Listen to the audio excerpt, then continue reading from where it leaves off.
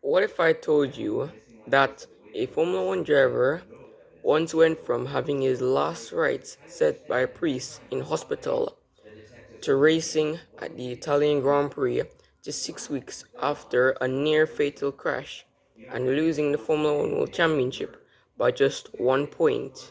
For some people, you might have heard this story about Niki Lauda, which I'm about to tell you right now, because there are still some people that don't really know.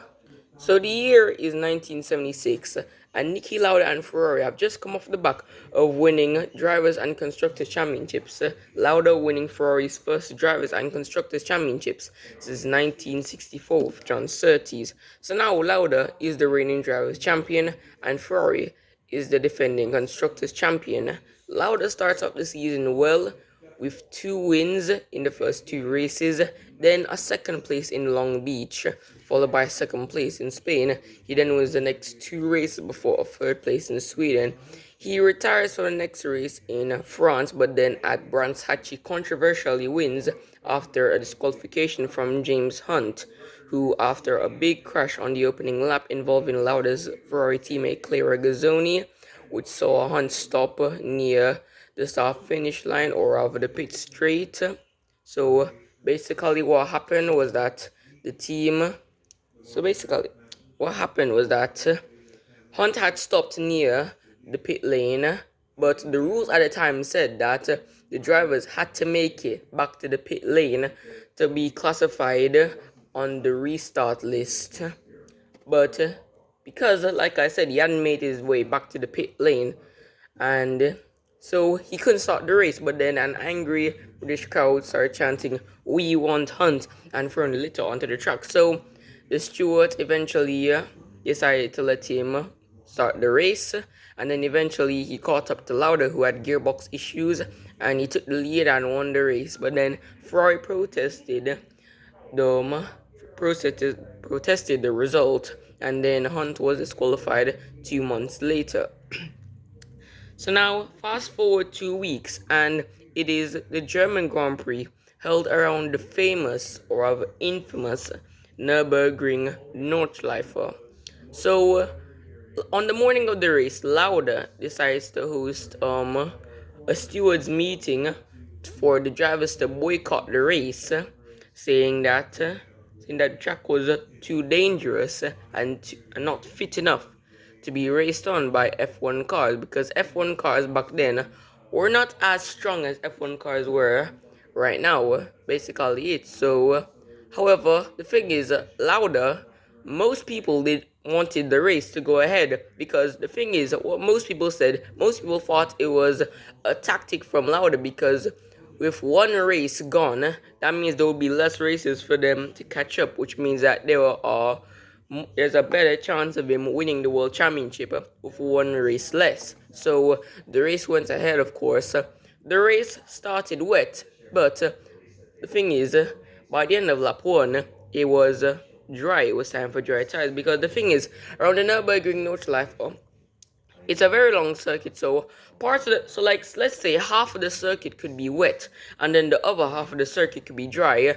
Home hero of the McLaren driver Jochen Mass decided to start the race on dry tires. He made a gamble, so when everyone else made their stop for dries at the end of lap 1, Mass was in the lead.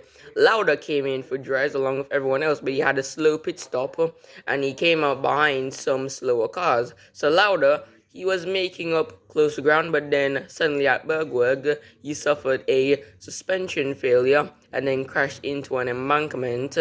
The car erupted into flames. Meanwhile, some cars came by. I know the names of the drivers who came by, but I don't remember specifically the cars they were driving. But then a car crashed into Lauda, and then another car followed. 4 drivers then stopped on the track. Those 4 drivers were Arturo Mazzario, Bert Lunga, Harold Ertel, and Guy Edwards. They stopped on track to help him. 2 of them crashed, the other 2 stopped their cars. Emerson Fittipaldi and John Watson then stopped to help Lauda as well. The thing is, Lauda had lost his helmet in the crash, and his balaclava was being burnt off, which caused permanent scars to his face and to his head as well. His head was burnt off, I guess. So, so one driver, I think it was Mazario, who went into the car and unfastened the seatbelts, and then another driver came on and helped him to pull him out of the car, and then this I think this is where Fittipaldi and Watson join in, so they talk of Lauda a little bit, and then a helicopter comes around, but the helicopter takes a long time to come around because Nürburgring Nordschleife was 14 miles long, so at that part of the track, it takes quite long for a helicopter or an ambulance to come around to recover a driver who's injured. So eventually, the car was retrieved and Lauda was sent to a hospital in Germany. I don't really know the entire gist of the story, but I might just tell you what I know. Meanwhile, Hunt went on to take his third win of the season, and this actually allowed him to close in on Lauda because at the time, after the race, Lauda had 61 points with, I think it was 5 wins and some other podiums, and Hunt had 35 or 36 points because Hunt had 4 retirements in the first 6 races, and then in 3 of those Lauda won them, and then Lauda had won another race. And then Lauda, he had a DNF in France and then capitalized on the disqualification from Hunt to take the points, but the disqualification was after the Italian Grand Prix, which allowed right, it's quite complicated. So there were 5 races left, and Hunt was 25 or 26 points behind Lauda, which meant mathematically he was still in the championship fight because at the time there were 9 points for a win. So the maximum, so 9 times 5 equals 45 points. So Hunt, he can still win the championship. So Lauda missed the Austrian and Dutch Grand Prix to recover, whereas Hunt had a 4th and a 1st in those races, which at the time before the disqualification had cut the lead down to about 2 points, I believe. The thing is, Lauda wasn't meant to race in the Italian Grand Prix. Some people thought that he wasn't going to return until the Canadian Grand Prix, which was 3 weeks after the Italian Grand Prix. And Lauda, as I said at the beginning of the video, he had his last race set by a priest in hospital. But then just days later, he returned to the track, put on his helmet, and then he just put in the car. He qualified 5th, whilst Hunt was, I think, disqualified due to some fuel irregularity issues, which meant he started 27th. Yes, 27th.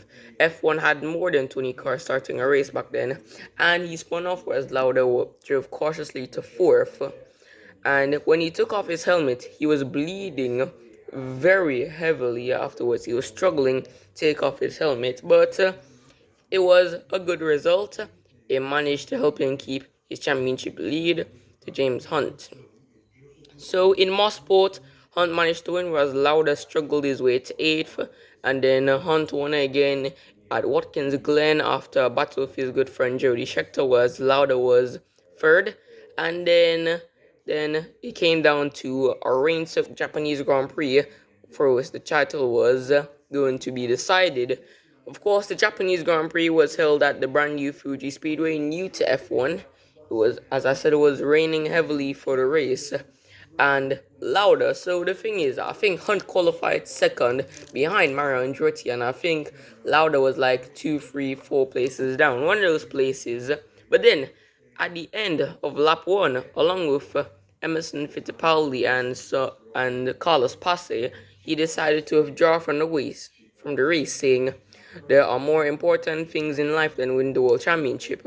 So Hunt was 3 points behind Lauda going into the Japanese Grand Prix, which meant that Hunt basically just needed a 4th place to win the championship, because at the time Hunt had 6 wins and Lauda had 5. And if Hunt managed 4th place, which at the time was worth 3 points, he would win the championship on countback. So Hunt needed a 4th place, but the thing is, Hunt was already in the lead. But then, as the track dried, he started to lose grip in his tires, and he was passed by Andretti, Patrick Depay, and another driver.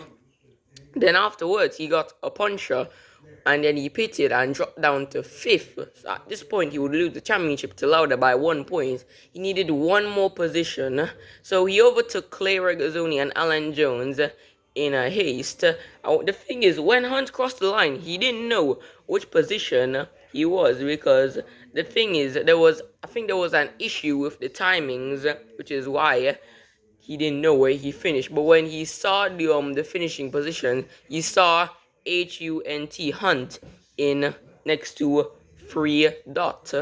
So third at the time was 4 points, which meant James Hunt was the 1976 world champion by 1 point. Of course, Niki Lauda congratulated him, and Hunt celebrated how Hunt celebrated, with girls, lots of alcohol, smoking, pure 70s vibe. But that was not it for Lauda. In 1977, the following season, he would actually win his second world championship due to consistency, but then he left Ferrari in the last 2 rounds due to some fraud with them, or some feud, some beef, or something like that.